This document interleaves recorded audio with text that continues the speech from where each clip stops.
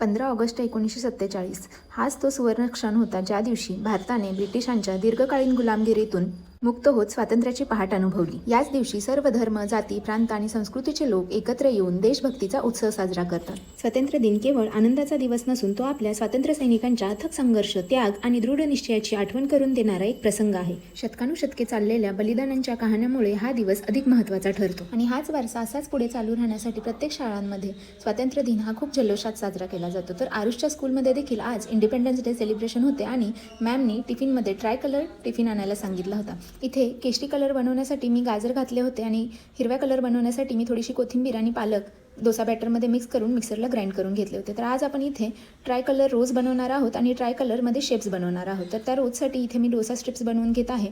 Orange कलरच्या छोट्या बनवून घ्यायच्या आहेत आणि व्हाईट कलरने आपल्याला मोठ्या स्ट्रिप्स बनवून घ्यायच्या आहेत। त्याला दोन्ही साईडने तूप लावून व्यवस्थित भाजून घ्या। जास्त कडक करू नका, नाही तर रोजचे आपले मोडून जातील।